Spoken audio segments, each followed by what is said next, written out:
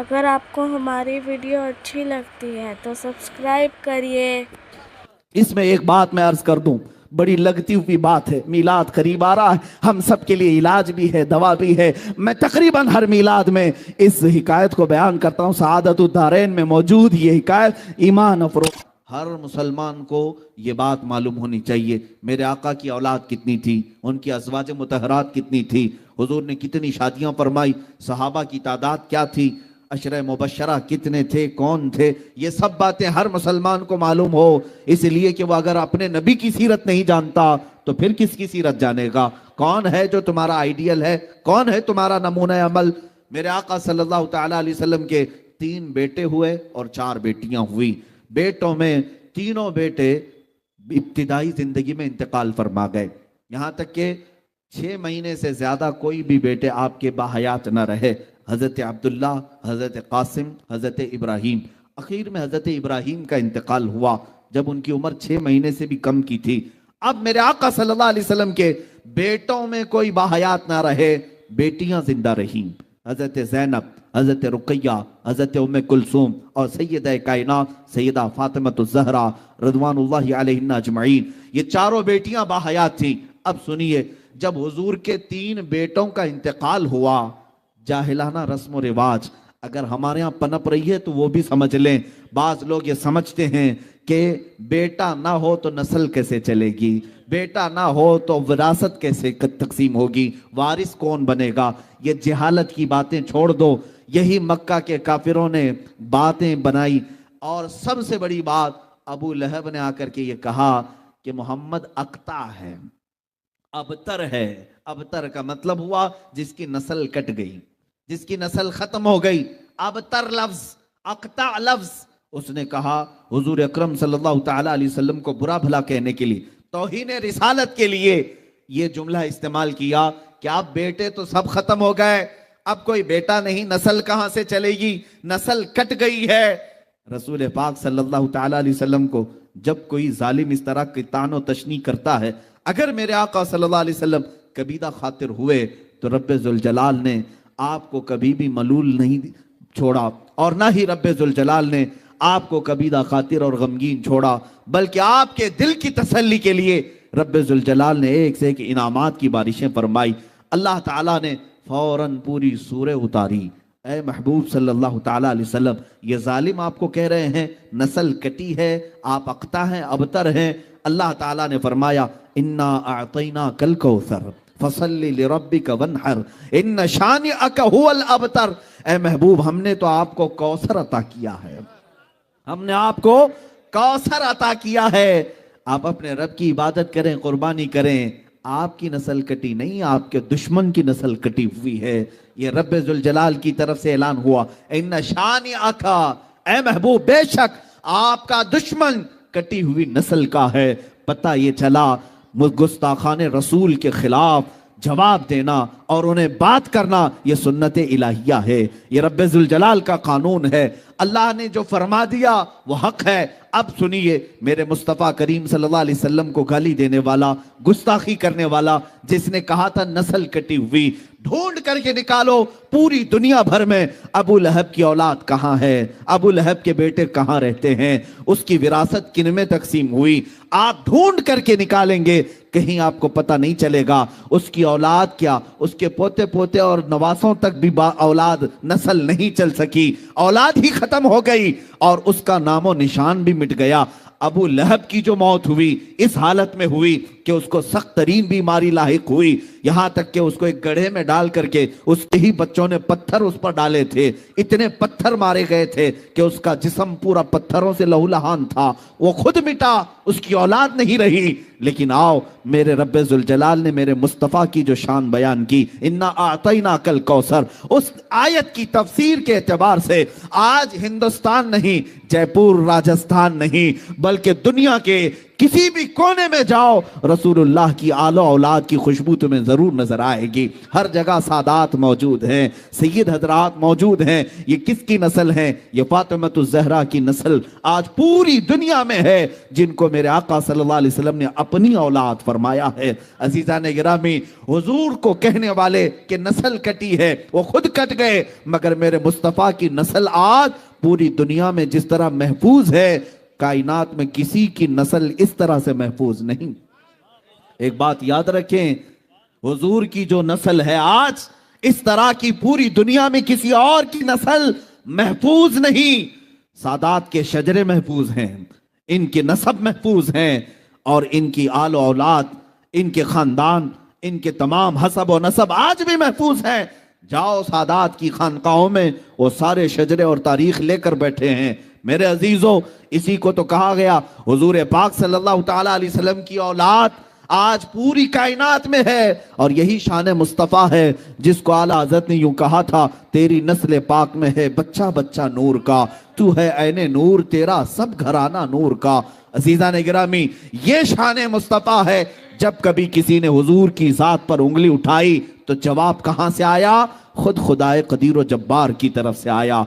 अल्लाह ने कभी सूरे वद्दुहा उतारी, कभी सूरे लहब उतारी, कभी सूरे कौसर उतारी। अब कौसर का माना मैं बयान करके हुजूर की शान पाक के चंद आपके सामने झलकियां रख दूं।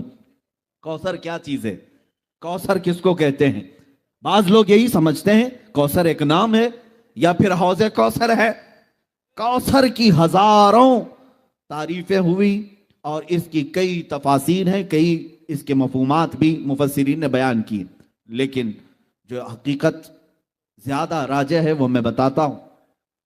कौसर अरबी का लफ्ज है और अरबी में बलागत एक चीज है, ये सारे लोगों के समझ में नहीं आती। अरबी एक ऐसा लिटरेचर है कि एक एक लफ्ज आता है 70-70 मानों के लिए। कभी कभार एक एक ऐसे वर्ड हैं जो 1000 माने के लिए इस्तेमाल किए जाते हैं, और अरबी में वुसात बहुत है, एक लफ्ज बोलकर कई माने मुराद लिए जा सकते हैं। अब कौसर क्या चीज है, अब मैं आपको बताता हूं। अरबी में एक लफ्ज है कसीर। कसीर ज्यादा को कहते हैं, कलील का अपोजिट क्या है? कसीर है। जैसे दिन का अपोजिट रात है, सफेद का अपोजिट ब्लैक है, काला है। ये अपोजिट चीजों को मैं बता रहा हूं। कलील अगर कोई चीज है तो थोड़ी है, थोड़ी चीज को अरबी में क्या कहते हैं? कलील। और इसका अपोजिट क्या होता है? कसीर। समझ में आ रही बात? मैं समझा करके जाना चाहता हूं। कसीर कलील का अपोजिट होता है। अच्छा, अगर कसीर से भी ज्यादा बोलना है, मिसाल के तौर पर 10 के अपोजिट में 100 लेकर क्या गए, एक तरफ 10 रुपए है, ये कलील है, 100 रुपए क्या है? कसीर है। लेकिन हमको और भी ज्यादा बोलना है तो अरबी में उसको अक्सर कहते हैं। क्या कहते हैं? अक्सर। कसीर से भी ज्यादा हो तो अक्सर है। अक्सर कितना होता है उसकी लिमिट नहीं बयान की गई, वो लाख भी हो सकता है 10 के मुकाबिल में, 10 रुपये के मुकाबिल में लाख भी आ सकता है, वो अक्सर हो गया। अब अगर अक्सर से भी ज्यादा बोलना है तो उसको कौसर कहा जाता है। उसे क्या कहा जाता है? कौसर कहा जाता है। एक है कसीर, उससे ज्यादा को अक्सर कहते हैं, उससे भी ज्यादा हो तो उसे क्या कहते हैं? कौसर। ये 3 जुमले तो याद रखो मुसलमानों, 3 बातें तो याद रखो, कसीर, अक्सर और कौसर। अब मैं ये आयत पढ़ता हूं। अल्लाह ने फरमाया इन्ना आतैना कल कौसर, ऐ महबूब हमने आपको कौसर अता किया। ये कितना है कौसर? कैसे अंदाजा कर सकेंगे? मौला तूने हमारे नबी को क्या दिया, कितना दिया, इसी से आप अंदाजा कर ले। ये पूरी जो कायनात है, ये पूरी जो दुनिया है जिसमें हम और आप जी रहे हैं, ये पूरी रुए जमीन, इस पर मौजूद पूरे समंदर, इस पर मौजूद तमाम दरख्त, इस पर मौजूद तमाम चरिंदों परिंद और जानवर, इस पर मौजूद तमाम जिन्नात, बल्कि फरिश्ते, मलाइका, ये पूरी जो दुनिया है, पूरी दुनिया, इसमें लाखों करोड़ों मखलूकात अल्लाह की आबाद है। कीड़े मकोड़े अलग, चरिंदो परिंद अलग, जानवर अलग, बहाइम अलग, समंदर की करोड़ों मछलियां अलग, जिन्नात की बेइंतहा तादाद अलग, याजूज माजूज की कसरत अलग, आसमानों में रहने वाली मखलूकात अलग, मलाइका फरिश्ते ये तमाम मखलूकात अलग। इन तमाम कायनात की चीजों को अल्लाह क्या फरमाता है? कुल मताउद दुनिया कलील। ए महबूब आप फरमा दें ये पूरी दुनिया कलील है। क्या है? पूरी दुनिया का सामान कलील है। इसमें करोड़ों इंसान भी आ गए, हम भी कलील हैं। पूरी रोए जमीन आ गई, ये भी कलील है। ये सारे आसमान आ गए, ये भी कलील है। ये सारी कायनात के हर जर्रे इसमें आ गए, ये कलील है। अब रब्बे जुल जलाल इरशाद फरमाता है ये पूरी कायनात कलील है। क्या है? कलील है। और इस कायनात से अगर कुछ ज्यादा होना चाहिए था तो वो कसीर है, और कसीर से भी ज्यादा चाहिए था तो अक्सर है, और अक्सर से भी ज्यादा चाहिए था तो वो कौसर है। ऐ महबूब, हमने आपको ये पूरी कायनात में मौजूद ये कलील नहीं दिया, इससे थोड़ा ज्यादा कसीर भी नहीं दिया, उससे ज्यादा अक्सर भी नहीं दिया। ऐ महबूब, हमने तो आपको कौसर दिया है, हमने आपको कौसर अता किया है। अजीजा ने गिरामे वक़ार, ये शान मुस्तफ़ा है। रसूल पाक सल्लल्लाहु तआला अलैहि वसल्लम को अल्लाह फरमा रहा हमने कौसर दिया है। इसीलिए शायर ने कहा था, हुस्न यूसुफ दमे ईसा यदे बैजादारी, आंच हमा खूबांदारंद तू तन्हादारी। ऐ रसूल पाक, आपको अल्लाह ने हुस्न यूसुफ भी दिया है, और हुस्न यूसुफ यदे बैजा, हजरत मूसा अलैहिस्सलाम का मौजज़ा यदे बैजा भी आपको दिया गया, और हजरत ईसा अलैहिस्सलाम की मसीहाई भी दी गई। और फिर आखिर में शायर कहता है वो तमाम खूबियां जो अंबिया रखते थे या रसूल अल्लाह, वो तन्हा आपकी जात में अल्लाह ने अता की।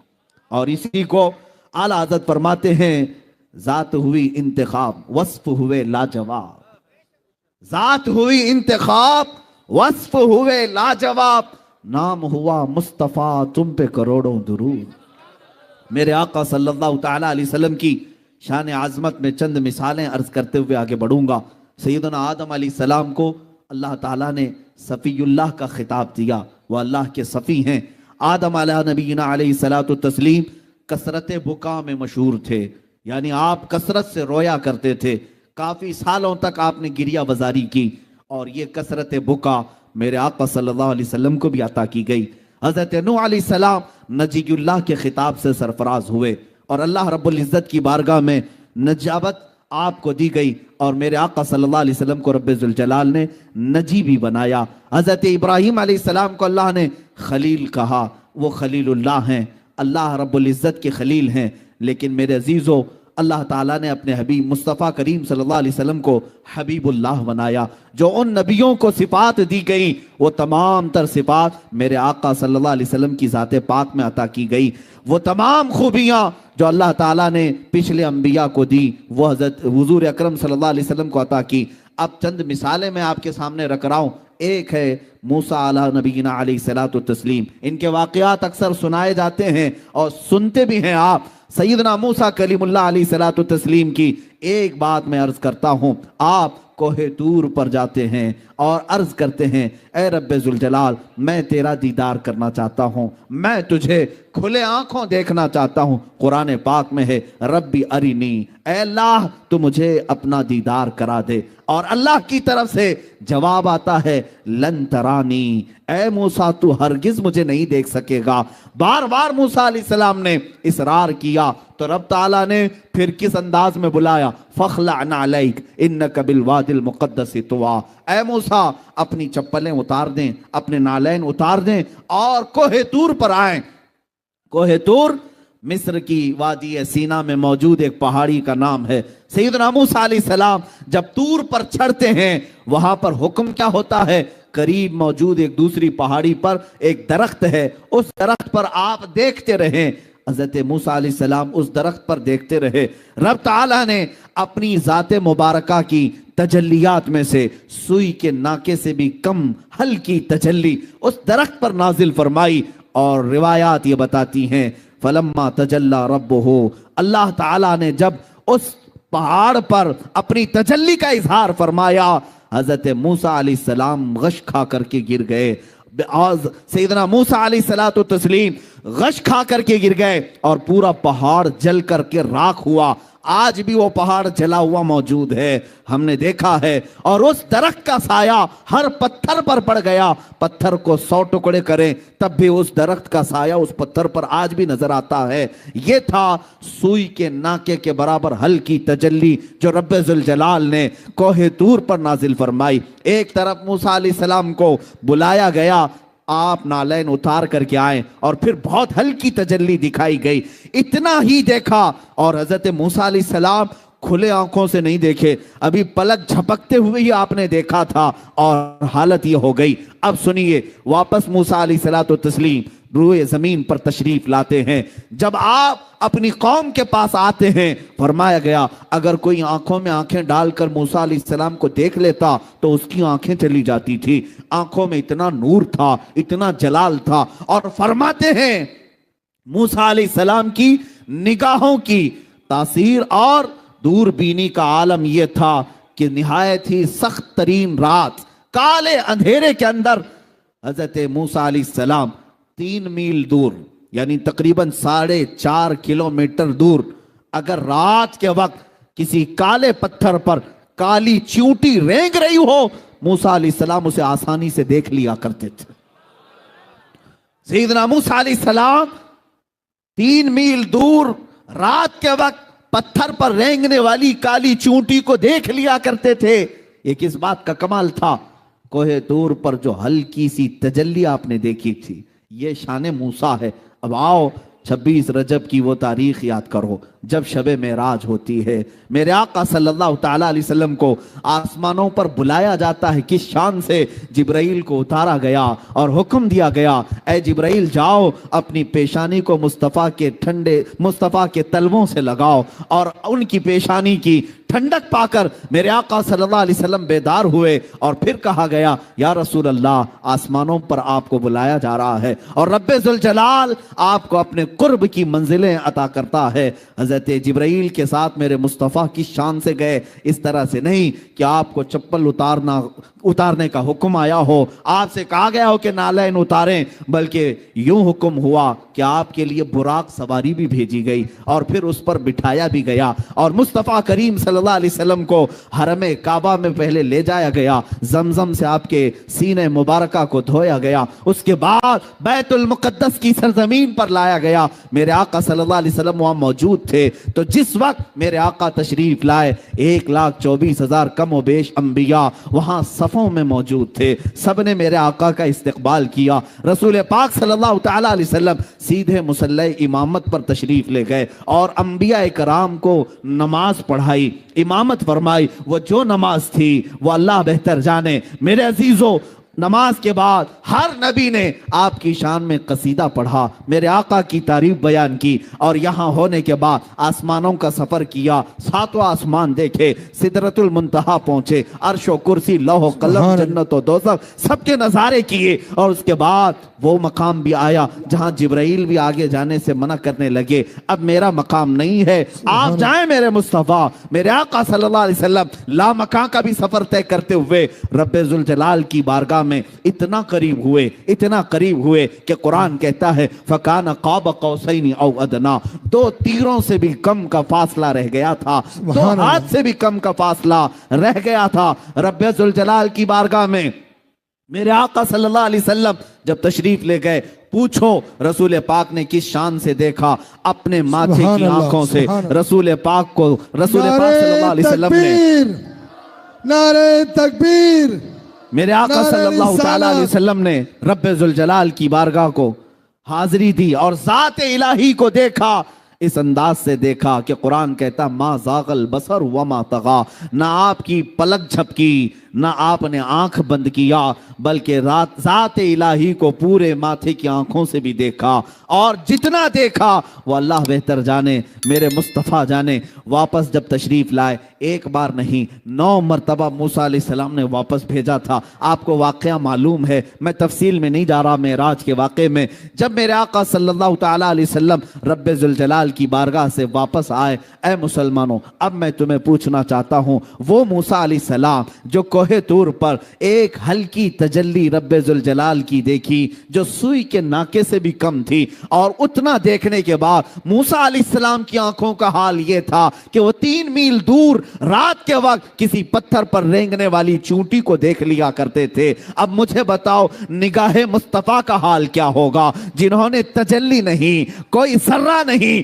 बल्कि पूरे ज़ाते खुदाबंदी को देखा, और अल्लाह रब्बुल इज्जत की ज़ात को देख करके वापस जब मेरे आका तशरीफ लाए, अब मुझे बताओ निगाहे मुस्तफा का हाल क्या होगा। क्या कोई जर्रा छुपा होगा मेरे मुस्तफा की निगाहों से? क्या कोई तिनका छुपा होगा मेरे आका की निगाहों से? उन्हीं निगाहों के बारे में इमाम अहले सुन्नत फाजिल बरेलवी ने यूं कहा था, और कोई गैब क्या तुमसे निहा हो भला, और कोई गैब क्या तुमसे छुपा हो भला, जब न खुदा ही छुपा तुम पे करोड़ों दुरूद। जिस तरफ उठ गई दम में दम आ गया, जिस तरफ उठ गई दम में दम आ गया, उस निगाहे इनायत पे लाखों सलाम।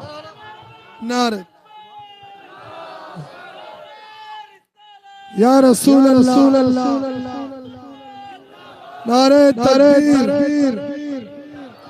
शान मुस्तफ़ा रसूल पाक सल्लल्लाहु तआला अलैहि वसल्लम तशरीफ ले गए और वापस भी आए।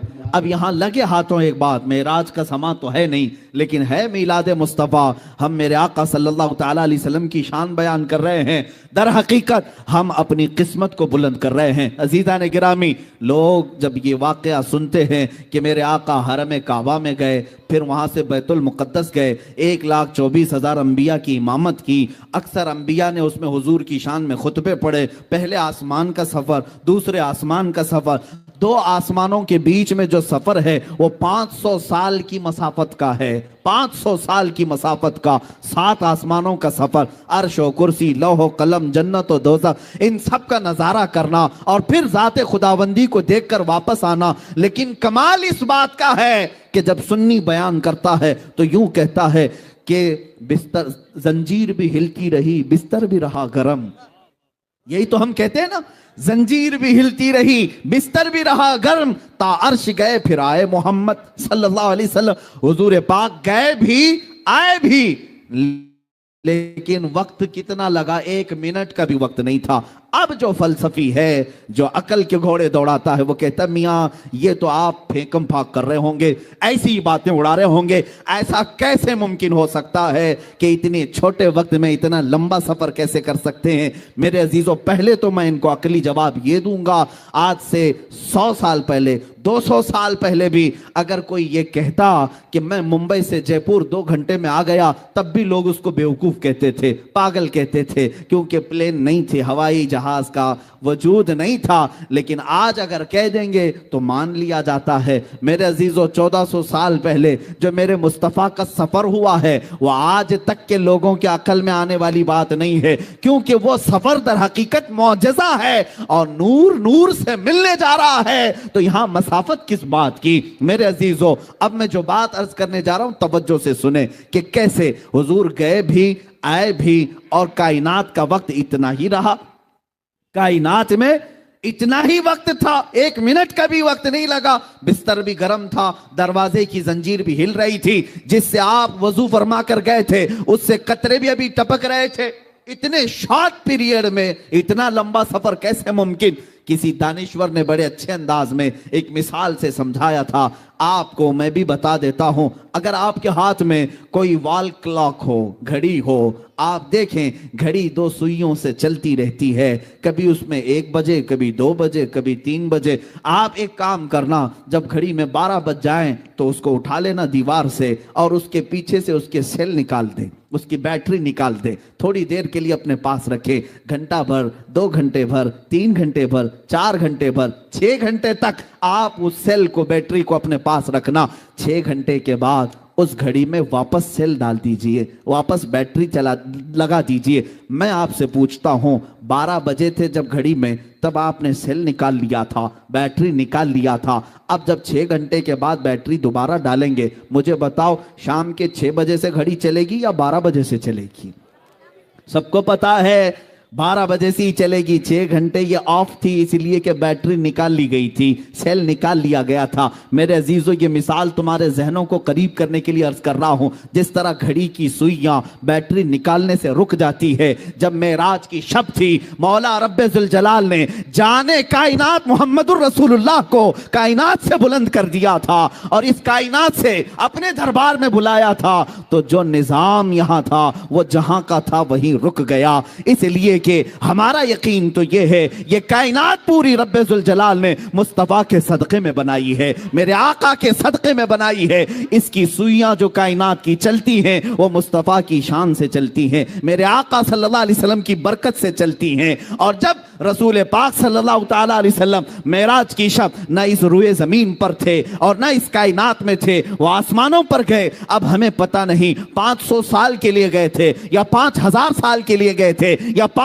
लाख साल के लिए गए थे, हमें पता नहीं, लेकिन इतना जरूर पता है कि जब वो जाने कायनात वापस तशरीफ लाए तो इस कायनात का टाइम और वक्त जहां रुका था वापस वहीं से चलने लग गया। इसी को इमाम अहले सुन्नत फाजिल बरेलवी ने यूं फरमाया था, वो जो न थे तो कुछ न था, वो जो न हो तो कुछ न हो। बात समझ में आ रही है? वो जो न थे तो कुछ न था, वो जो न हो तो कुछ न हो। अरे जान है वो जहान की और जान है तो जहान है, जान है तो जहान है। पहली बात ये समझ जाओ, मेरे आका सल्लल्लाहु ताला अलैहि वसल्लम रूहे कायनात हैं, असले कायनात हैं, मकसदे कायनात हैं। अगर मुस्तफ़ा करीम सल्लल्लाहु अलैहि वसल्लम ना हो तो फिर कायनात का कोई जर्रा भी नहीं। इकबाल ने क्या बेहतर अंदाज में इसको यूं अपने अशार में तरतीब देते हुए कहा था, हो ना ये फूल तो बुलबुल का तरन्नुम भी ना हो, चमने दहर में कलियों का तबस्सुम भी ना हो, हो ना ये साकी तो मैं भी ना हो, खुम भी ना हो, बज़्म तौहीद दुनिया में ना हो, तुम भी ना हो। ख़ीमा अफलाक का इस्तादा उसी नाम से है, नबज़ हस्ती तपश आमादा उसी नाम से है, दश्त में दामन कोहसार में मैदान में है, मौज में बहर की आगोश में तूफान में है, चीन के शहर मराकश के बयाबान में है और पोशीदा हर मुसलमान के ईमान में है। वो मेरे मुस्तफ़ा का नाम ही तो है जो इस कायनात को चला रहा है। इसीलिए आला हज़रत ने भी फरमाया, है खलीलुल्लाह को हाजत रसूलुल्लाह की। हम आगे कहते हैं सफ़ीउल्लाह को हाजत रसूलुल्लाह की, है नजीयुल्लाह को हाजत रसूलुल्लाह की। एक बात याद रखना, ब मुस्तफ़ा बरसा खैश के दी हमावोस, अगर बउन रसीदी तमाम बुलहबी, अपने आप को नबी के कदमों तक पहुंचा दे, इसी का नाम दीन है। और अगर वहां तक नहीं पहुंच सका तो पूरी जिंदगी अबू लहब की तरह है। हुजूर पाक असले कायनात, जाने कायनात, रूहे कायनात। अब मेरे आका की एक शान और भी बयान कर दूं। मेरे अजीजों, हमारा ये जलसा, यहां जो रौनक लगी हुई है, इसी के चलते हुए, इसी को मिसाल में रखते हुए अर्ज करता हूं। आप महसूस करते हैं कि यहां पर दुनिया का एक दस्तूर है, ये स्टेज आपने सजाया, सुबह से हो सकता है सजा रहे होंगे, वॉलेंटियर यहां पर तरतीब दे रहे होंगे, यहां पर बहुत सारे कारकुनान मेहनत कर रहे होंगे, फूल लगाए, स्टेज सजाए। और किसके लिए सजाए? एक मुकर्रिर आएगा, एक खतीब आएगा, ये उलमा आएंगे। इसीलिए चले मैं दूसरी मिसाल देता हूं। आपके यहाँ शादियां होती हैं, शादी में भी मंडप सजाया जाता है या हॉल में होती है आपके यहाँ, हॉल में बहुत सारी चीजें सजाई जाती हैं, कुर्सी रखी गई, फूल लगाए गए, हर तरह से ज़ेबो ज़ीनत किया। किसके लिए? मियाँ दूल्हे के लिए ना। बाराती पहले आ जाते हैं कुछ इस्तकबाल करने के लिए, फिर दूल्हा आता है, कुर्सी पर बैठता है, निकाह हो गया और खाना खा लिया लोगों ने, और उसके बाद रुखसती हो गई। दूल्हा अगर चला गया तो मुझे अब जो बात कहनी है वो ये है, ए मुसलमानों, सच बताओ, दूल्हा चला जाए महफिल से तो क्या वो सजावट वैसी रहेगी? क्या वो हाल में ज़ेबो ज़ीनत वैसी रहेगी? सब निकाल दिया जाए। अरे शाम होने से पहले पहले हाल बेहाल भी होता है, बहुत सारी जगहों से सारी ज़ीनत और सारी ज़ेबो आराइश ख़त्म कर दी जाती। उनसे पूछे मियाँ क्यों नहीं रखते? कहा अब दूल्हा गया तो फिर अब ये सब चीजों की क्या जरूरत, ये दूल्हे के लिए सजाई गई थी। दूल्हा आया, निकाह भी हुआ और चला गया। अब हम ये सारी लाइटिंग निकाल देते हैं, फूल निकाल देते हैं, कुर्सी हटा देते हैं। ये दुनिया का दस्तूर है। दूल्हा आने से पहले सजाया गया और दूल्हे के जाने के बाद हटाया गया, यही चलता है। अब मैं आपको बताऊं, हदीस पाक की रोशनी के मुताबिक अल्लाह रब्बुल इज्जत ने इस पूरी कायनात में पहले जमीन को बिछाया, फिर आसमान का छत ताना और दरख्तों के कुमकुमे लगाए गए, सितारों से जगमगाया गया, चांद और सूरज को लाइटिंग में भेजा गया और 1,24,000 नबियों को बराती बनाकर भेजा गया। ये सारा निजाम मेरे मुस्तफ़ा की आमद के लिए हो रहा था। ये सारा निजाम रसूल पाक की आमद के लिए चल रहा था। इसीलिए तो हजरत इदरीस भी कहते हैं मैं असल नहीं, मेरे बाद एक नबी आने वाले। मूसा भी कहते हैं मैं असल नहीं, मेरे बाद एक नबी आने वाले। ईसा भी कहते हैं मैं असल नहीं, मेरे बाद नबी आने वाले हैं। सारे लोगों ने कहा कि मुस्तफ़ा आने वाले हैं। वो सब बराती के तौर पर हुजूर पाक की आमद का इंतजार करते हुए अंबिया आए। मेरे अजीजों, ये जमीन का फर्श और बिछोना, या आसमान का छत और ये दरख्तों के कुमकुमे, ये समंदरों का लहलहाना, ये खूबसूरतियां, तारों का जगमगाना, चांद और सूरज का झिलमिलाना, ये सारी चीजें मेरे मुस्तफ़ा की आमद के लिए थी। अब बात मैं आपको बता रहा हूं, रब्बे जुल जलाल ने फरमाया लौला का लमा खलक़तु दुनिया वल अफ़लाक वल अर्दी। ऐ महबूब, अगर आपको पैदा करना ना होता, न मैं आसमानों को बनाता, न जमीनों को बनाता और ना ही दुनिया को बनाता। ये सब चीजें ए रसूल आपके लिए बनाई गई। अब हम समझते हैं मेरे मुस्तफा के लिए बनाई गई। जमीन बिछाई गई, आसमान का छत ताना गया, ये सब सितारे झिलमिला रहे हैं। अब मैं ये कहना चाहता हूं, वो दूल्हा 12 रबीउल अव्वल शरीफ को पीर के दिन जलवा फरोज हुआ और मदीना तैयबा में रूपोश भी हुआ। 63 साल की जिंदगी मुस्तफ़ा करीम सल्लल्लाहु अलैहि वसल्लम ने जाहिरी तौर पर तमाम इंसानों के सामने गुजारी और उसके बाद जब मेरे आका तशरीफ ले गए, अब मैं ये कहना चाहता हूं मेरे अजीजों, दुनिया का तो दस्तूर ये है कि दूल्हा चला जाए तो कुर्सी हटा दी जाती है, दूल्हा चला जाए तो ज़ेबो जीनत खत्म कर दी जाती है और लाइटिंग हटा दी जाती है, फूल निकाल लिए जाते हैं। मैं ये पूछता हूं, अगर मुस्तफा करीम सल्लल्लाहु अलैहि वसल्लम की आमद के लिए कायनात सजाई गई थी, जमीन और आसमान सजाए गए थे, सितारे और चांद और सूरज बिछाए गए थे, तो अब मैं ये पूछता हूं, मुस्तफा अगर चले गए तो ये सब चीजें अभी बाकी क्यों है? ये जमीन अभी क्यों है? ये आसमान क्यों है? ये तारे अभी क्यों चमक रहे हैं? ये चांद क्यों झिलमिला रहा है? ये सूरज अभी क्यों चमक रहा है? ये सारी चीजें ऐ मुसलमानों, इन अशिया से अगर तुम पूछोगे तो ये बबांगे दुहल कहेंगे, सूरज भी कहेगा, चांद भी कहेगा, तारे भी कहेंगे, जमीन और आसमान भी कहेंगे। ऐ अकल के अंधे, जरा आंख खोल और देख, दूल्हा गया नहीं, रूपोश हुआ है, सल्तनत उसकी महशर तक कायम है।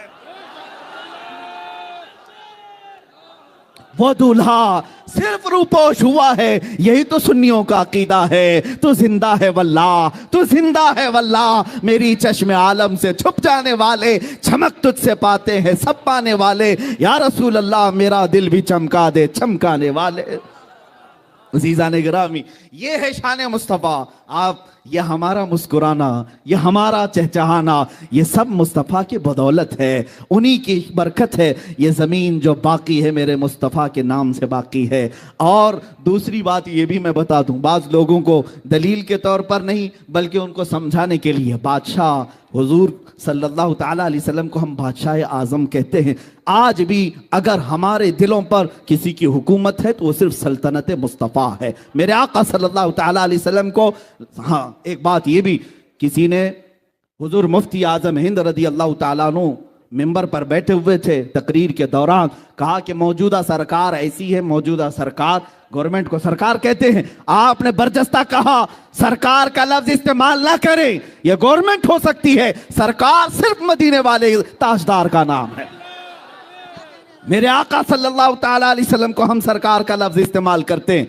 अजीज़ान गिरामी, जुमले बदलो, और आज भी अगर हुकूमत हमारे सीनों पर किसी की है, वो मेरे मुस्तफ़ा करीम सल्लल्लाहु अलैहि वसल्लम की। देखिए आप, 14 सदियां बीत गई, हमने हुजूर पाक सल्लल्लाहु ताला अलैहि वसल्लम का जमाना नहीं पाया और ना ही उनके जमाने में उनके दीदार से मुशर्रफ हुए। लेकिन 14 सदियां गुजरने के बाद भी आज भी बिहम्दिल्लाह हमारे घर के हर हर बच्चे में यह जज्बा मौजूद है। नाम लेकर के तो देखो बच्चा गर्दन देने को तैयार है।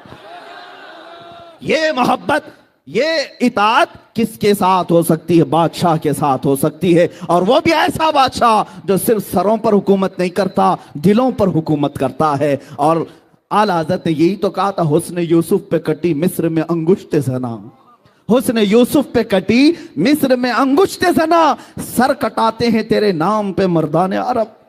और अदीब लायलपुरी कहता है, शायर हैं, यूं कहते हैं, एक शहंशाह ने बख्शे हैं समरकंद बुखारा किसी महबूब के रुखसार के दिल पर। एक बादशाह अपनी महबूबा के रुखसार पर तिल, उस पर समरकंद और बुखारा 2 शहर उसने बख्श दिए, इनाम में दे दिए। अब वो शायर कहता है, एक शहंशाह ने बख्शे हैं समरकंद बुखारा किसी महबूब के रुखसार के दिल पर, मगर ऐ सैयद आली तेरी नामूस तेरी अजमत पर एक नहीं लाखों हैं कुर्बान गए इश्क के हर कूच वो बाजार में, सर अपना हथेली पे लिए करने को है तैयार, सर अपना हथेली पर लिए हैं करने को निसार। अजीजान गिरामी, ये मेरे मुस्तफ़ा की शान है।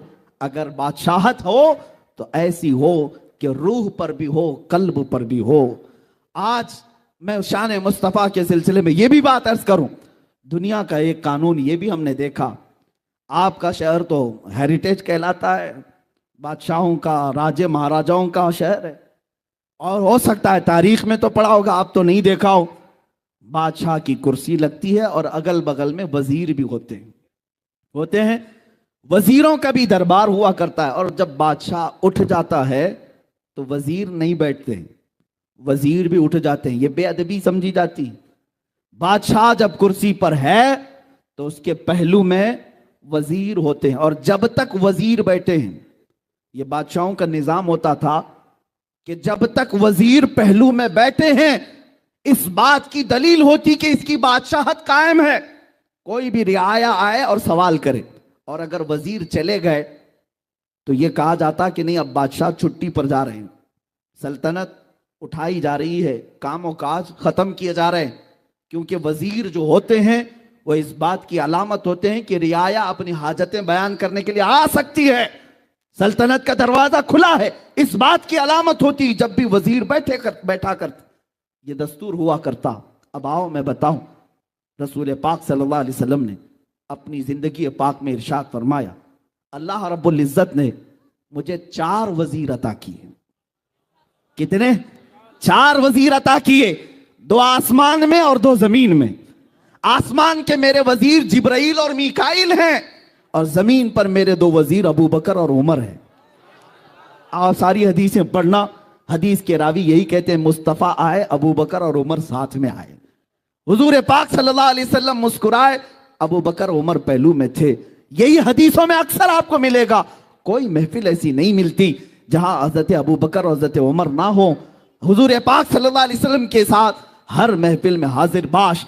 मेरे अजीजों, ये हम सुन्नियों का अकीदा भी है, और हमारा ये विजदान कहता है वो रसूल पाक सल्लल्लाहु ताला अलैहि वसल्लम शहंशाह कौनैन है, बादशाह आजम है। जब मदीने की धरती पर थे तो अबू बकर व उमर रदी अल्लाह अन्हुमा वजीर की तरह आपके साथ साथ रहते। लेकिन जब मेरे मुस्तफ़ा करीम सल्लल्लाहु अलैहि वसल्लम इस दारे फानी से कूच फरमा गए, रहलत फरमाए, और वो बुक़ाए नूर जिसमें मेरे आका आज आराम फरमा है, रोज़ा रसूल गुंबद खजरा के नीचे जहां मेरे आका आराम फरमा है, मेरे आका के विसाल के बाद तरतीब तो देखें, हुजूर के पहलू में पहली मर्तबा हुजूर के बाद अगर कोई दफन होता है तो अबू बकर सिद्दीक दफन होते हैं। चंद सालों के बाद दूसरा अगर कोई दफन होता है तो हजरत उमर दफन होते हैं, और कोई नहीं दफन हुआ। हुजूर की ज़ौजा हजरत आयशा कहती है, मैं दफन होना चाहती थी, ये जगह मैंने अपने लिए रखी थी, लेकिन अल्लाह की मर्जी ये थी कि हजरत उमर ही वहां दफन हो, और उसके बाद वो दीवार बंद कर दी गई। अब उस हुजरा पाक में मेरे आका आराम फरमा है, और पहलू में अबू बकर व उमर आराम फरमा है। अब मैं कहना यह चाहता हूं, दुनिया का दस्तूर यह कहता है बादशाह के अगल बगल वजीर हैं तो ये इस बात की अलामत होती है कि सल्तनत कायम है और रियाया अपनी हाजतें लेकर आ सकती है। मेरे मुस्तफा का दरबार मदीने में आज भी इस बात की अलामत बना हुआ है। ऐ सुन्नियों, ऐ मुसलमानों, आओ हाजतें लेकर, इसलिए कि बादशाह अब भी कुर्सी शहंशाहत पर बैठा है और बगल में अबू बकर और उमर वजीर बन करके आज भी तशरीफ फरमा है।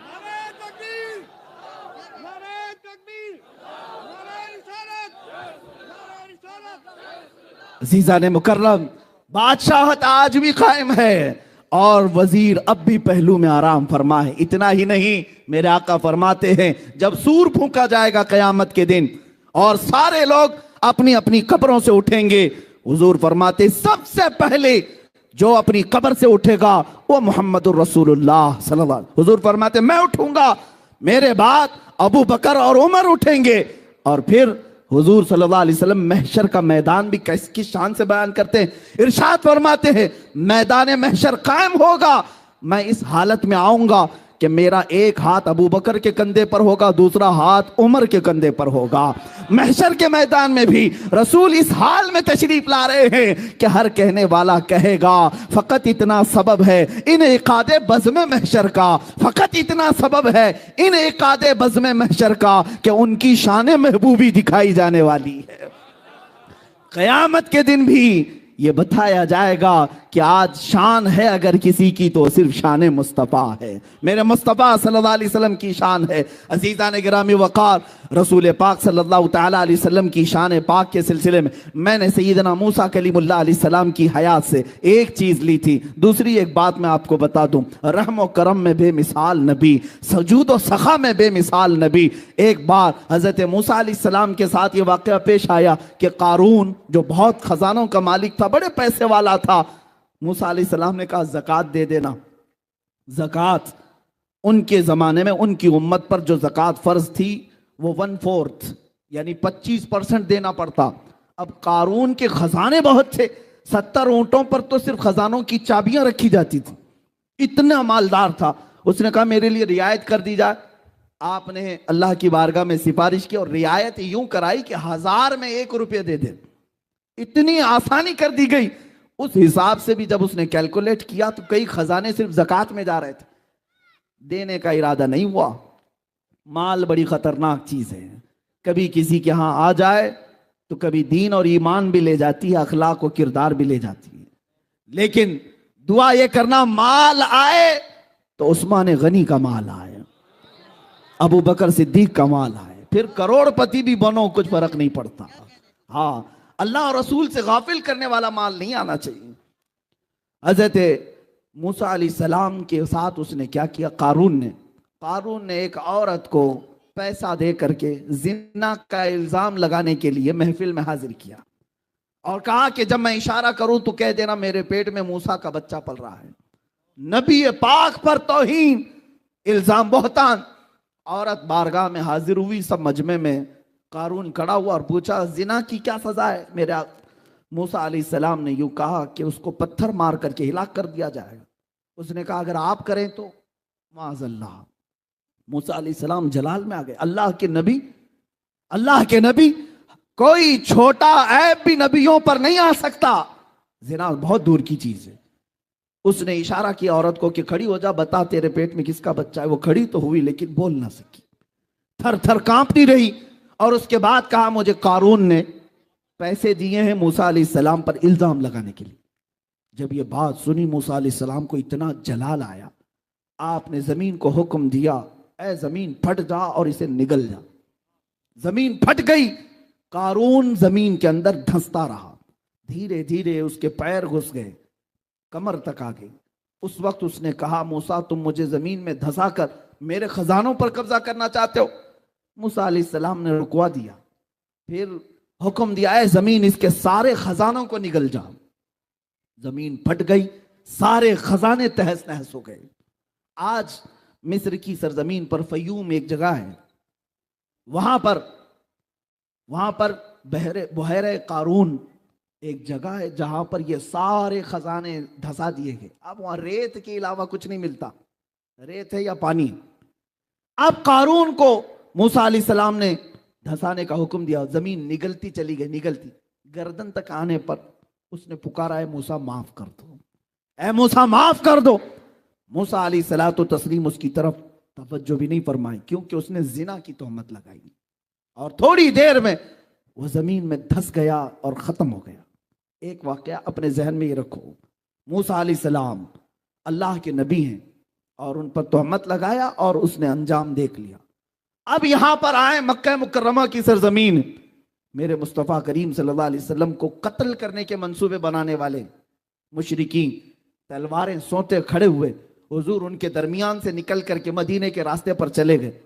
और मदीने तैयबा जब जाने लगे, अरब के बड़े बड़े रईसों ने ऐलान किया कि जो मोहम्मद और उनके साथी अबू बकर को ढूंढ लाए उसे 100 ऊंट इनाम में दिए जाएंगे। 100 ऊंट इनाम में दिए जाएंगे, बड़े महंगे हुआ करते। अब ढूंढने के लिए लालची लोग हर जगह फैल गए। हुजूर पाक सल्लल्लाहु अलैहि वसल्लम दूसरे रास्ते से मदीने की तरफ जा रहे थे, जो आम रास्ता नहीं था। फिर भी एक शख्स सुराका नाम का हुजूर का पीछा करते करते वहां पहुंच ही गया। तीर और तरकश उसके पास थे, कमान में तीर डाला और तीर लगाने लगा और हुजूर सल्लल्लाहु अलैहि वसल्लम को गिरफ्तार करने के लिए करीब आने लगा। हुजूर पाक सल्लल्लाहु अलैहि वसल्लम ने हूबहू इसी तरह उसकी तरफ देखा और फरमाया, ऐ जमीन सुराका को पकड़ ले। जमीन फट गई, सुराका घुटनों तक अंदर चला गया, घुटनों तक अंदर चला गया। अब उसके बाद उसने पुकार करके कहा, ऐ मोहम्मद सल्लल्लाहु अलैहि वसल्लम, मैंने आपको पूरी जिंदगी देखा, आप शरीफ हैं, इब्ने शरीफ हैं, इब्ने शरीफ हैं, आपके बाप आपके दादा सब जूदो सखा और करम वाले लोग हैं, मुझे माफ कर दें, मुझे माफ कर दें, मैं लालच में आ गया था।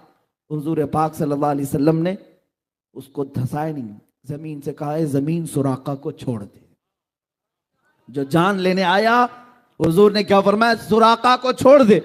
जमीन हट गई और सुराका के पैर निकल आए। वो जब निकल आए, बाहर चलने लगा। मेरे आका अपना सफर तय कर रहे थे। थोड़ी देर के बाद सुराका की नीयत फिर खराब हुई, दोबारा फिर हुजूर का पीछा किया। हुजूर का पीछा करते हुए करीब आया। हजरत अबू बकर ने अर्ज किया, या रसूल अल्लाह, ये फिर आ गया। मेरे आका ने पीछे देखा और फरमाया, ऐ जमीन सुराका को पकड़ ले। दोबारा जमीन फट गई, अब कमर तक धंस गया, कमर तक धंस गया। और उसके बाद फिर चिल्लाने लगा, रोने लगा, ऐ मोहम्मद, आप करीम इब्ने करीम हैं, सखी इब्ने सखी हैं, आप शरीफ नफ्स हैं, आपसे कभी किसी ने बुराई नहीं देखी, मुझे माफ कर दे, मुझे माफ कर दे। मेरे आका ने पलट करके देखा और कहा, जमीन सुराका को छोड़ दे, जमीन सुराका को छोड़ दे। जमीन फिर फैल गई और सुराका के कदम वहां से निकल गए। एक तरफ अता ही अता है, ये है शान मुस्तफ़ा। मेरे अजीजों, सुराका को तो आप जाना था, चला गया। थोड़ी दूर जाने के बाद तीसरी बार फिर नीयत खराब हुई। एक है मेरे मुस्तफ़ा, आज़ादी पे आज़ादी देते हैं और दुश्मन फिर हमला पे हमला करना चाहता है। तीसरी मर्तबा आ गया कि आप किसी और रास्ते से आकर पकड़ लूं, 100 ऊंट कहां छोड़ूंगा, लालच। मेरे आका ने तीसरी मर्तबा देखा, फिर फरमाया, जमीन सुराका को पकड़ ले। जमीन फट गई, अब गर्दन तक चला गया। अब तीर और तरकश तोड़ दिया और कहा, अब सच्ची तौबा करता हूं, अब तो मुझे माफ कर दो। अब सुनो मेरे अजीजों, मेरे आका ने अब क्या किया, अब क्या किया, आप सिर्फ छोड़ा नहीं बल्कि देखा और कहा, सुराका तो पीछे से पीछे लगा हुआ है सिर्फ 100 ऊंट के लिए, 100 ऊंटों के इनाम के चक्कर में तू मुझे गिरफ्तार करने आया। लेकिन मैं तो देख रहा हूं तेरे हाथ में कैसर और किसरा बादशाह के कंगन आने वाले हैं। कैसर और किसरा बादशाह उस जमाने के सुपर पावर ताकतों का नाम था। जिस तरह आज अमेरिका और रशिया को कहते हैं या नहीं पता नहीं, लेकिन कहा जाता है उस जमाने में ईरान और रोम को सुपर पावर कैसर और किसरा कहा जाता था। और उन बादशाहों के यहां सोने के कंगन पहने जाते जो दुनिया के सबसे महंगे। और वो सुराका को मेरे आका फरमा रहे, मैं तेरे हाथों में कैसर और किसरा के कंगन देख रहा हूं। इतना सुनना था, उसने कहा, अशहदु अल्ला इलाहा इल्लल्लाह व अशहदु अन्नका मुहम्मदन रसूलुल्लाह। ओ कलमा तैयबा पढ़ा, अब वो जो गिरफ्तार करने आया था दामन इस्लाम में आ गया। मेरे आका सल्लल्लाहु ताला अलैहि वसल्लम की बारगाह में अपनी जान निछावर करने को तैयार। अब वो सहाबी रसूल हैं, उनकी बारगाह में हम एक जुमला भी नहीं कह सकते। अजीजा ने गिरामी, यही शान मुस्तफ़ा मुझे अर्ज करनी है।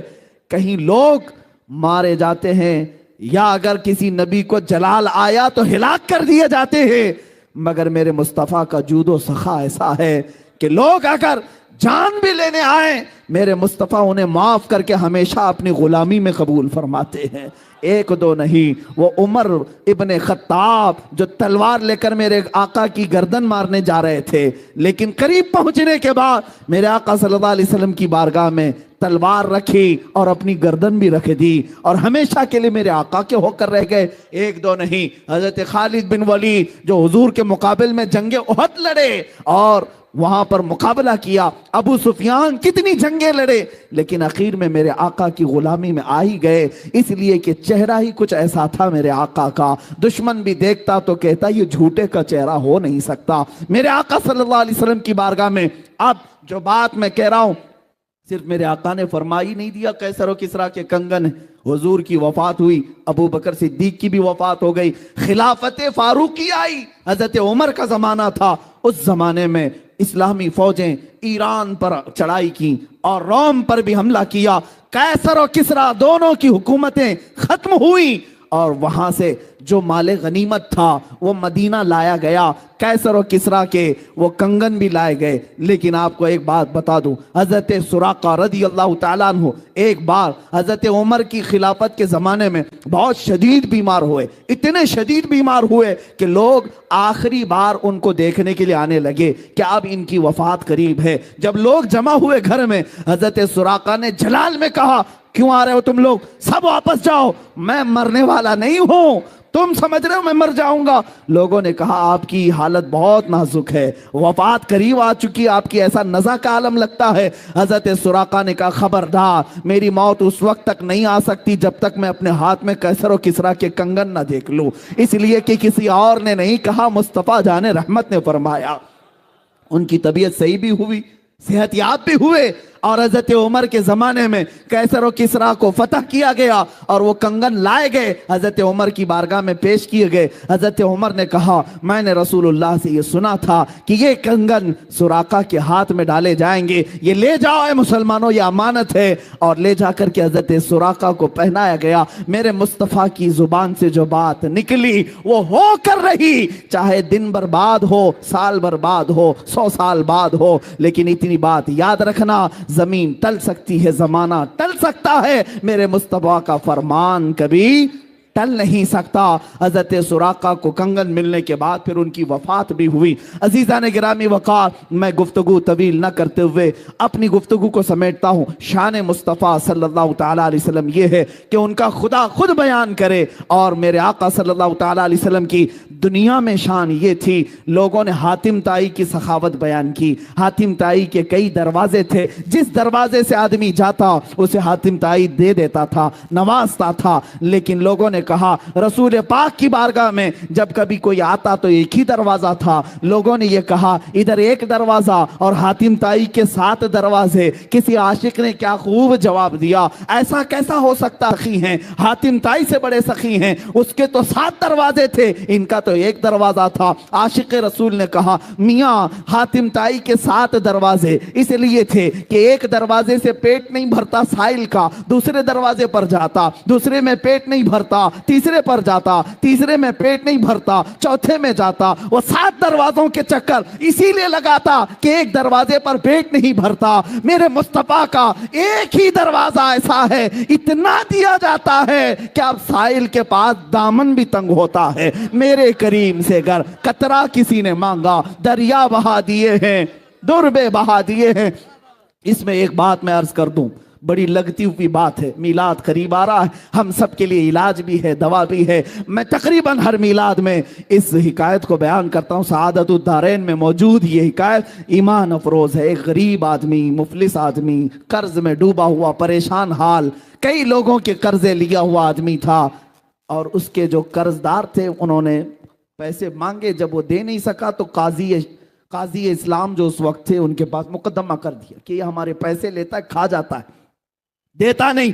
काजी ने बुलाया और कहा क्यों नहीं देता? कहा गरीब आदमी हूं, पैसे नहीं है। कहा ये बहाना नहीं चलेगा, इन लोगों के जो तूने कर्जे लिए, कर्ज में डूबे हुए लोग जो आत्महत्या करते हैं, खुदकुशी करते हैं, सुन लो, बुज़दिल ना बनो, जान तुम्हारी बड़ी कीमती है। कर्ज में अगर आज डूबे हो, मियां अंधेरा आने के बाद उजाला भी रब्बे जुलजलाल ही लाता है। जिंदगी में अगर अंधेरा आया तो डरना नहीं, कल की सुबह होने वाली है, सूरज तो निकलेगा। अब वो कर्जदार को काजी ने कहा 3 दिन का टाइम देता हूं, अगर इनका कर्जा दे दिया तो ठीक है, वरना तुझे जेल में डाल दूंगा, जेल में भेज दूंगा। छोटे छोटे बच्चे थे, बीवी थी, रोता हुआ बाहर निकला। एक बुजुर्ग से मुलाकात हुई, पूछा क्या बात? बताया ऐसा ऐसा मामला है, कर्ज में परेशान हूं। उस बुजुर्ग ने कहा कोई बात नहीं, दुनिया में तुझे अगर तकलीफ हुई है तो एक काम कर, रात को जा, नमाज ईशा के बाद किसी एक अंधेरी कोठरी में बैठकर कसरत से मेरे आका पर दुरूद भेज, हुजूर को याद कर और अपने गम की दास्तान हुजूर को ही सुना। उनका दरबार आज भी खुला है। उसने इस बात में हिम्मत महसूस की और घर आया। रात का वक्त जैसी हुआ, नमाज ईशा के बाद कमरा बंद करके एक अंधेरी कोठरी में रोने लग गया। और जब किसी पर गम आ जाता है तो बेइख्तियार आंसू भी निकलते। दर्द इस तरह का था कि कोई चीज उसके पास नहीं थी, बीवी बच्चों को पाले कैसे और कर्जा अदा कैसे करे। रोता रोता दुरूद तो पड़ता रहा, और जब काफी रात हो गई, आंख लग गई, वहीं गिर गया, बिस्तर पर लंबा हो गया। और मेरे अजीजों, यही वो रात थी जब ख्वाब में ताजदारे मदीना तशरीफ लाए, मेरे आका सल्लल्लाहु अलैहि वसल्लम तशरीफ लाए। अल्लाह अल्लाह, वो आफताबे रिसालत, चमकता हुआ चेहरा, गुलाब की पंखड़ियों वाले लब, जब मेरे आका तशरीफ लाए ये खिल गया और ख्वाब में ही मेरे आका के कदमों में गिरा। मेरे आका सल्लल्लाहु अलैहि वसल्लम ने क्या फरमाया? ए मेरे गुलाम, क्या तूने मुझे याद किया? क्या तूने मुझे पुकारा? एक बात हमने बुजुर्गों से सुना है, मोहम्मद को हम गम गुसारों में ढूंढो, मोहम्मद को हम बेकरारों में ढूंढो। रसूल पाक सल्लल्लाहु ताला अलैहि वसल्लम जब किसी का दिल टूट जाए उसके हाथ तशरीफ लाते हैं।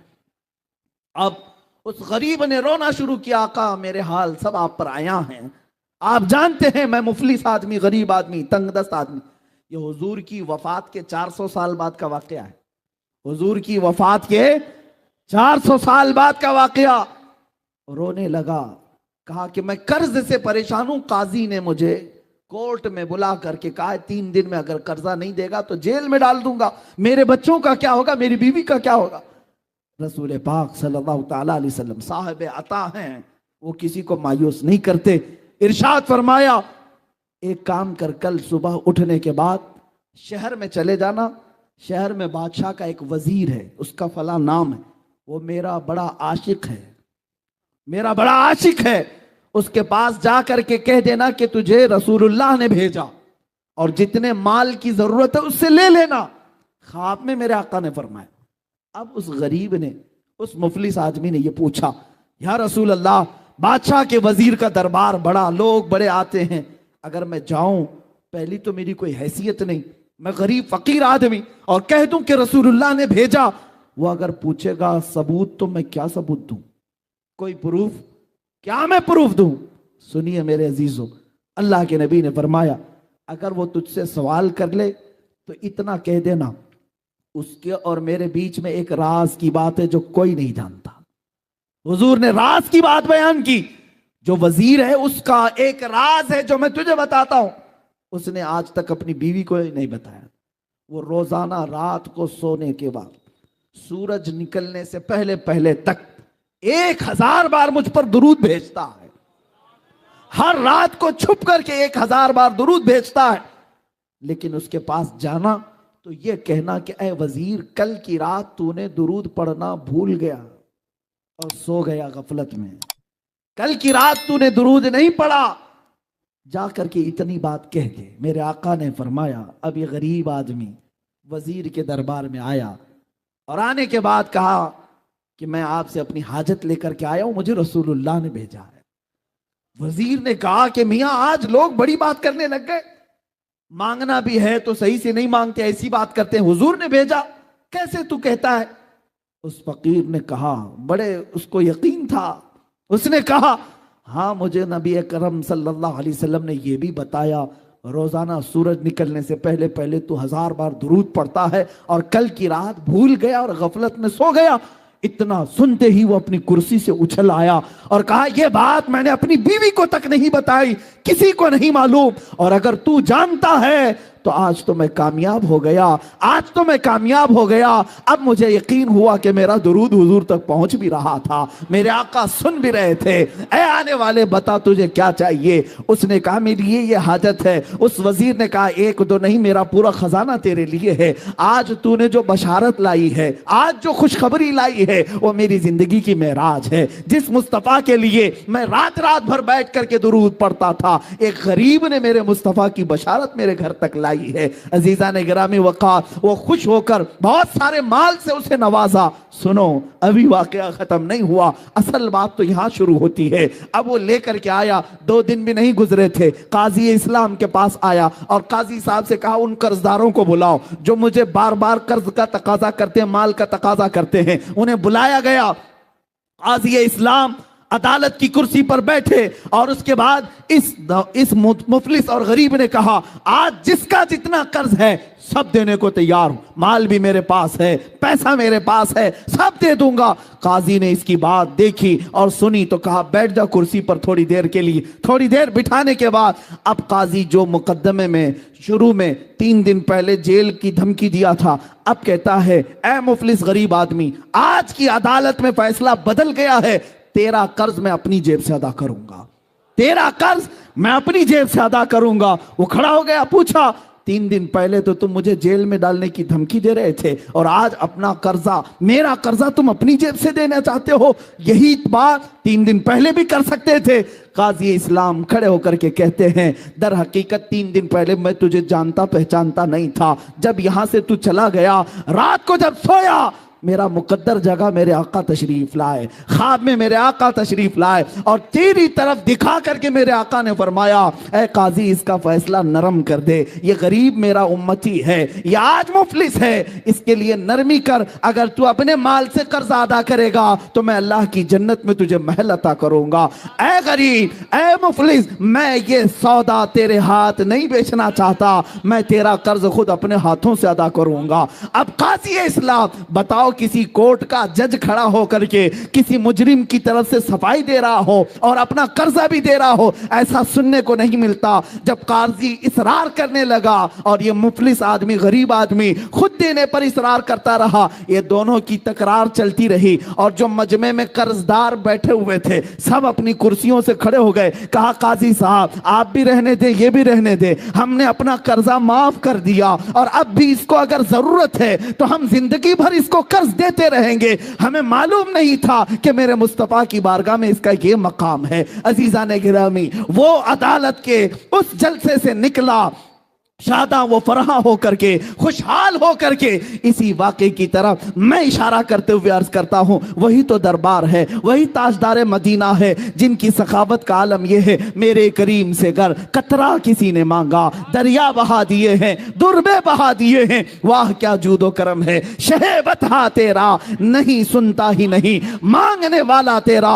ऐ मुसलमानों, मीलाद मुस्तफ़ा आ रही है, अपने गमों की दास्तान अगर किसी को सुनाना है तो अपने आका व मौला ताजदार मदीना को सुनाया करो, हुजूर की बारगाह में पेश किया करो। या रसूल अल्लाह, आपकी गरीब उम्मत आज इन पर जालिम अगर सवार हैं तो इनका जुल्म आपकी दुआ से टल सकता है। मेरे आका अगर रहम फरमाए, अल्लाह की बारगाह में सिफारिश करें, यकीनन ये हालात जो अबतर हैं वो बेहतर हो सकते हैं। अजीजा ने गिरामी, कौन देता है देने को मुंह चाहिए, देने वाला है सच्चा हमारा नबी, सबसे आला वो औला हमारा नबी, सबसे बाला वो वाला हमारा नबी। बुझ गई जिसके आगे सभी मशअले, शम्मा वो लेकर आया हमारा नबी, सब चमक वाले उजलों में चमका किए, अंधे शीशों में चमका हमारा नबी।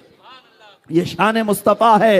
अजीज़ान गिरामी वक़ार, ये कायनात में मुसलमानों के लिए आज भी वो दरवाज़ा खुला है। हम क्यों दर बदर की ठोकरें खाएं, इधर उधर जाएं और अपने गमों की दास्तान कभी इसको सुनाया, कभी उस मालदार को सुनाया और जलीलो खार होकर के निकलते रहे।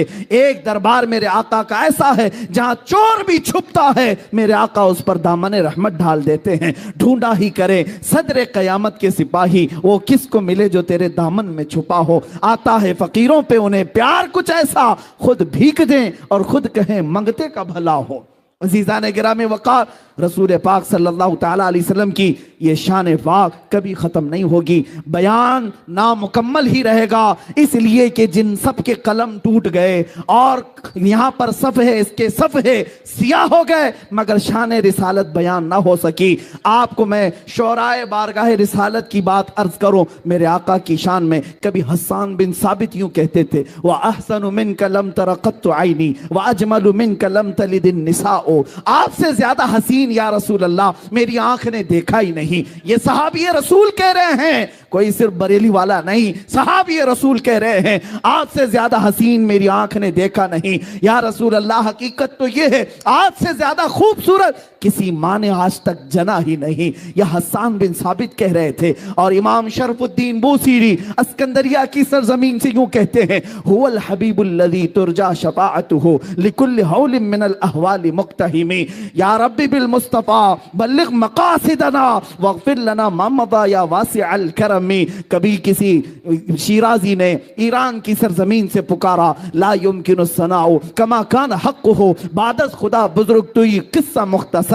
और सादी शिराजी ने कहा, बलगल उला बि कमालिही कशफत दुजा बि जमालिही हसनत जमीउ खिसालिही सल्लू अलैहि व आलिही। और फारसी के मशहूर शायर आशिक रसूल अल्लामा जामी कहते हैं, तनम फरसूदा जा पारा जे हिजरा या रसूल अल्लाह, तनम फरसूदा जा पारा जे हिजरा या रसूल अल्लाह, दिलम पज मुर्दा आवारा जे इसियां या रसूल अल्लाह। चुबाजुए शफाअत रा कुशाई बरगुनहगारा मकुन महरूम जामीरा दरा आ या रसूल अल्लाह। शायरों ने अपनी अपनी बिसात के मुताबिक अर्ज किया। अब आओ, वो शायर मशरिक कलंदर लाहौरी भी जब पुकारता है इकबाल अपनी जुबान में, यूं कहता है बारगाह मुस्तफ़ा की शान बयान करते हुए, मोहम्मद की मोहब्बत दीन हक की शर्त है, इसी में हो अगर खामी तो सब कुछ नामुकम्मल है। कि मोहम्मद से वफा तूने तो हम तेरे हैं, ये जहां चीज है क्या लौहो कलम तेरे हैं। कुव्वते इश्क से हर पस्त को बाला कर दे,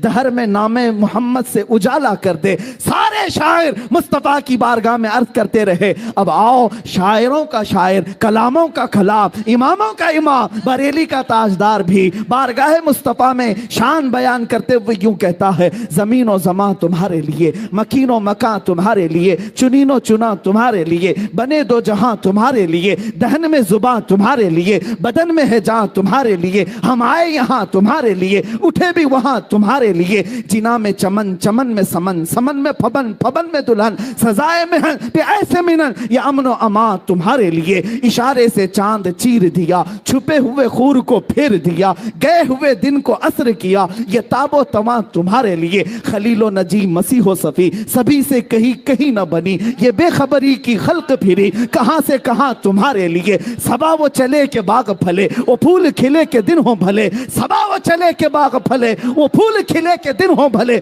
लिवा के तले सना में खुले, रजा की जुबान तुम्हारे लिए, लिवा के तले सना में खुले, या रसूल अल्लाह हम सब की जुबान तुम्हारे लिए।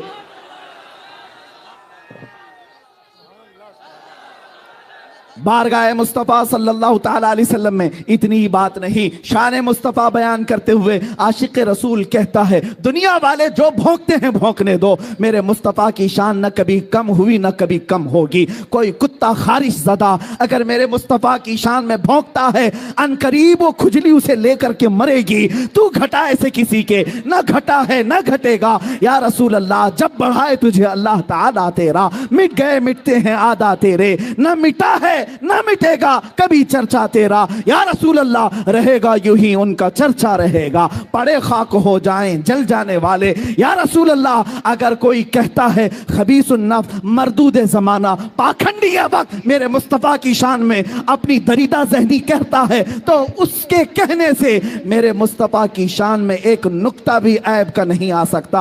हमारा तो अकीदा ये है या रसूल अल्लाह, सरवर कहूँ कि मालिक व मौला कहूँ तुझे, बाग़े खलील का गुले ज़ैबा कहूँ तुझे, अल्लाह रे तेरे जिस्म मुनव्वर की ताबिशें, ऐ जाने जा मैं जाने तजल्ला कहूँ तुझे, तेरे तो बस ऐबे तनाही से हैं बरी, हैरा हूँ मेरे शाह मैं क्या क्या कहूँ तुझे। लेकिन रज़ा ने ख़त्म सुखन इस पे कर दिया, खालिक का बंदा खल्क का आका कहूँ तुझे। रुख दिन है या महरे समा, ये भी नहीं वो भी नहीं, शब जुल्फ है या मुश्के खता, ये भी नहीं वो भी नहीं। और मेरे मुस्तफ़ा करीम की बारगाह में बरेली का इमाम यूं कहता है, हमारे गुनाह जब बढ़ गए तो हमारा शक होने लगा कि अब क्या होगा, तब क्या होगा। डर था कि इसियां की सजा अब होगी या रोज़े जजा, डर था कि गुनाहों की सजा अब होगी या रोज़े जजा, दी उनकी रहमत ने सदा, ये भी नहीं वो भी नहीं।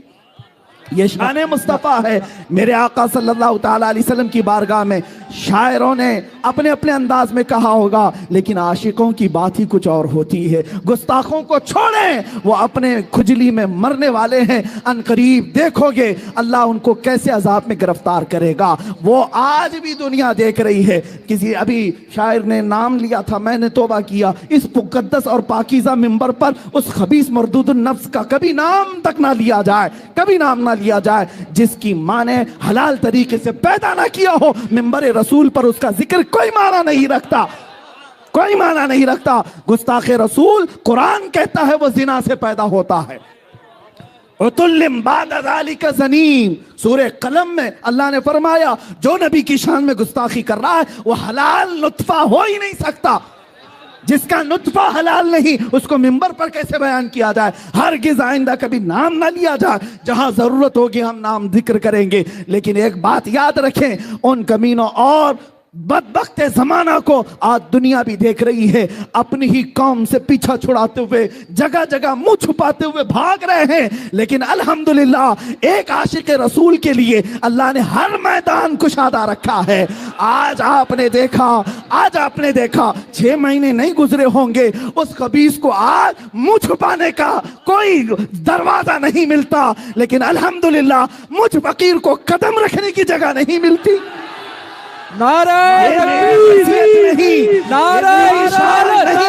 ये मेरा मकाम नहीं, बात सिर्फ इतनी है जो मेरे नबी की शान बयान करेगा, मुस्तफ़ा का नाम लेगा, मौला उसे चांद से ज्यादा बुलंद भी करेगा। उनके जो हम गुलाम थे खल्क के पेशवा रहे, उनसे फिरे जहां फिरा फिराई कमी वकार में। ये एक बात याद रखना है सुन्नी मुसलमानों, तुम्हारी इज्जत, तुम्हारी ताकत, तुम्हारी कुव्वत का राज सिर्फ ये है कि मोहम्मद से वफा तूने, कि मोहम्मद से वफा तूने। तो हम तेरे मौला फरमाता है, उसकी तर्जुमानी ये इकबाल कहता है, ये जहां चीज है क्या लौह कलम तेरे है। तुम कौन से तख्त की बात करते हो, तुम्हें भीख मांगने की भी जरूरत नहीं आएगी, किसी इलेक्शन में वोट मांगने की भी जरूरत नहीं पेश आएगी। आपने देखा एक अताए रसूल मदीने से चल करके अजमेर की धरती पर आया, आशिक रसूल ही तो था, आशिक रसूल, अताए रसूल, आले रसूल आया, किसी से इलेक्शन में वोट नहीं मांगा। 800 साल हो गए, कुर्सी अभी भी कायम है, आज भी हुकूमत कायम है। ये हुकूमत ये इस तरह से जुल्म से हासिल की हुई नहीं होती, ये अल्लाह रब्बुल इज्जत की तरफ से वफादारी रसूल में दी जाती है।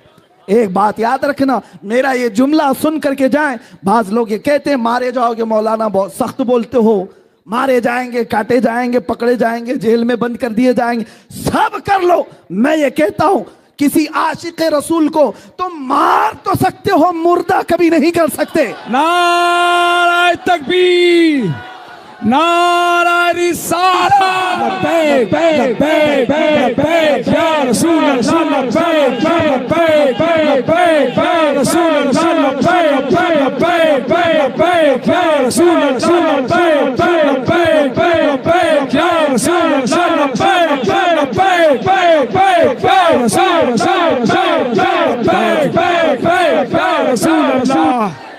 यही जज्बा अल्लाह जवान रखे।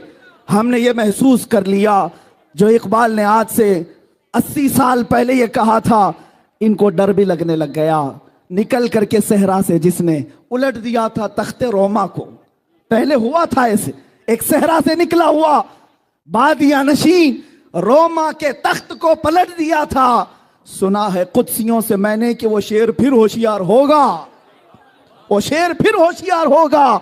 और जालिमों को बता दो अब अल्हम्दुलिल्लाह हमारे हर मोहल्ले का जवान होशियार हो रहा है। और तुमने गुस्ताखी करके ये समझा होगा कि शान मुस्तफ़ा को घटा दिया। सूरज पर थूकने वाला अपने मुंह पर थूक लेता है, अपने मुंह पर थूक लेता है, सूरज का कुछ नहीं बिगड़ता। और हमारा अकीदा तो ये है, चांद और सूरज जिनके नाखूनों से चमकते हो उसकी उजाले को कभी कम नहीं कर सकते, उसकी रोशनी को क्या कम कर सकोगे।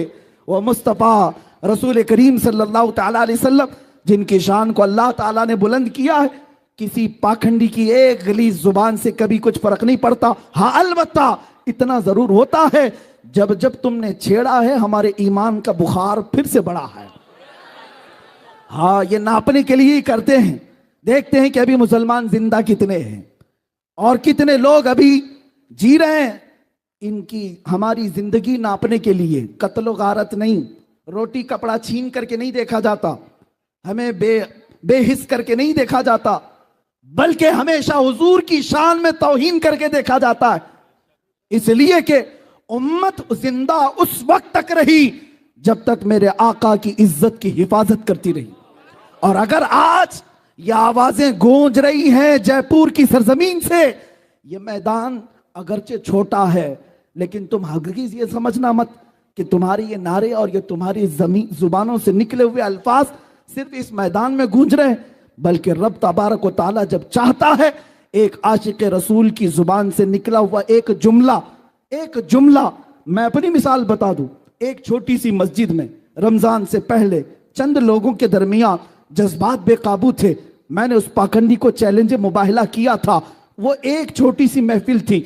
मैंने ये नहीं सोचा कि हमारी ये महफिल, हमारी ये आवाज उस मजलिस से ज्यादा कहीं जा सकती।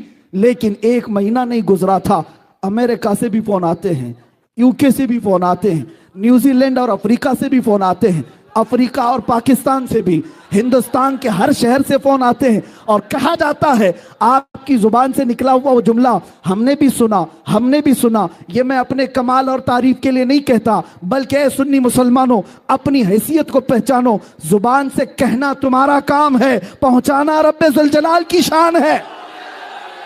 मौला करीम है, जब वो चाहता है तो गरीबों से बड़े बड़े तख्तों को पलट देता है। और चंद ही लोग किसी की औकात याद दिला सकते हैं। कभी अपनी हैसियत और अपनी ताकत की तरफ तवज्जो न करना कि हमसे क्या होगा, एक मैदान से आवाज जाएगी तो क्या होगा, तुम्हें पता नहीं। कुफ्र दम तोड़ देगा टूटी हुई शमशीर के साथ, टूटी हुई शमशीर के साथ। बात समझे, कुफ्र दम तोड़ देगा टूटी हुई शमशीर के साथ।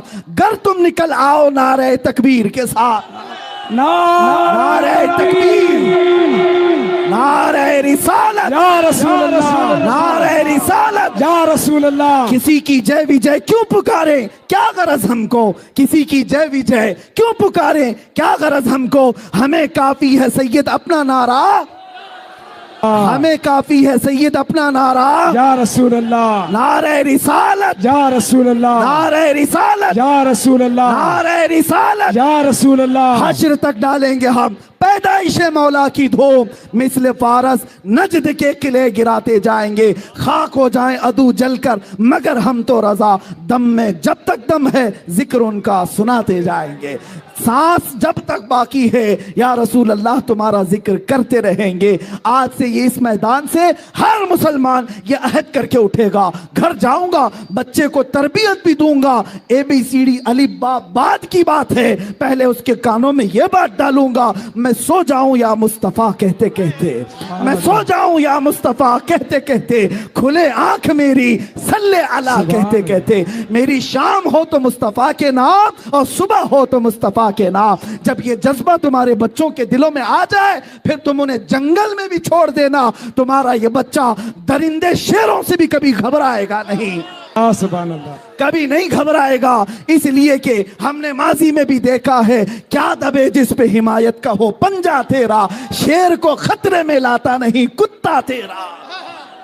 रसूलुल्लाह के दरबार का अदना कुत्ता भी हो वो पूरी दुनिया के शेरों को भी खातिर में नहीं लाता, कभी परवाह नहीं करता, इसलिए कि उसे अपनी ताकत पर नाज नहीं होता, अपनी निस्बत पर उसे फख्र हुआ करता है। आज है मुसलमानों, तुम्हारे पास अगर सियासत नहीं, ताकत नहीं, तख्त नहीं, दौलत नहीं, कुछ नहीं, तो कोई फिक्र की बात नहीं। एक दौलत ऐसी है जिसकी कोई कीमत लगा नहीं सकता, वो दौलत है इश्क मुस्तफा की, रसूलुल्लाह की गुलामी की। यही तो सहाबा कहते थे, उनके पैबंद लगे कपड़े थे, पैरों में चप्पल नहीं थी, अमामा नहीं पहन सकते थे, टूटी हुई तलवारें होती थी, लेकिन बादशाहों की तरफ से बोलियां लगती थी, ऐ जवान तू हमारी सफ में आ जा, तू मोहम्मद के यहाँ फाका कशी करता है, तुझे एक खजूर पर पूरा दिन गुजारना पड़ता है, इधर आ जा, इधर आ जा। बड़ी बड़ी सल्तनतों ने बोलियां लगाई, मगर उन सहाबा ने जो नारा लगाया था वो ये था, ऐ दादानो तुम्हें पता नहीं, जब तक बिके न थे तो कोई पूछता न था, जब तक बिके न थे तो कोई पूछता न था, या रसूल अल्लाह तुमने खरीद कर हमें अनमोल कर दिया। ऐ सुन्नी मुसलमानों, तुम अनमोल हो, तुम्हारी कीमत बड़ी है, तुम्हारी कीमत क्या तुम्हारी जूतियों को भी कोई खरीदने की ताकत नहीं रखना चाहिए। एक आशिक रसूल और गुलाम रसूल का ये मकाम हो। अल्लाह ताला इन जज्बों को सदा सलामत रखे और मीलाद मुस्तफ़ा की बरकतें अल्लाह ताला आखिरी सांस तक हमारे सीनों पर कायम रखे। व आखिर दावाना अनिल हम्दुलिल्लाहि रब्बिल आलमीन।